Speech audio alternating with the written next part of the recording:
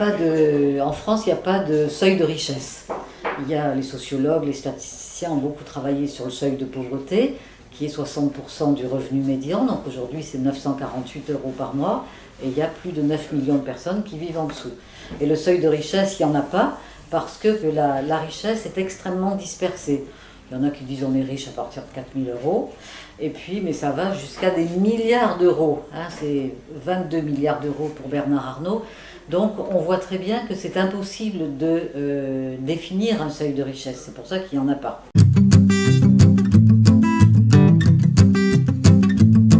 D'abord, François Hollande devrait lire les nombreux livres que j'ai écrits avec mon mari depuis plusieurs dizaines d'années.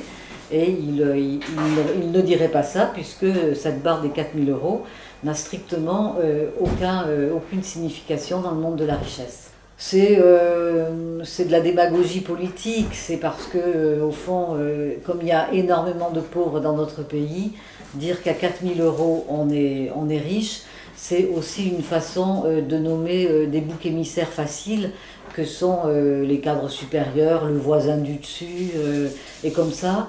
Quand on s'occupe de ceux qui ont 4 000 € et plus, on ne s'occupe pas de ceux qui ont des millions d'euros et des milliards d'euros et qui sont en train de ruiner notre pays.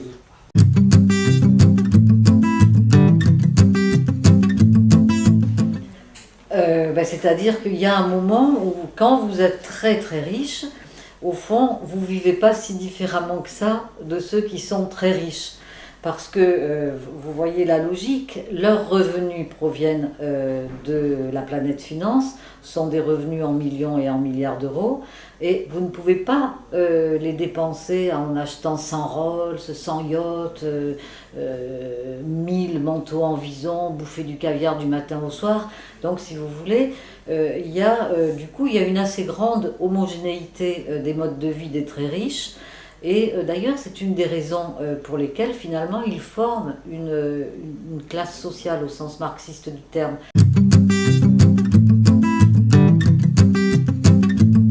Oui, pour répondre à votre question, uniquement pour les modes de consommation. Parce qu'après, sur le plan du pouvoir que peut donner l'argent, les très riches ont un pouvoir avec cet argent. Plus il y a d'argent, puisque c'est devenu une fin en soi qui permet la spéculation, plus vous avez ce pouvoir de spéculer.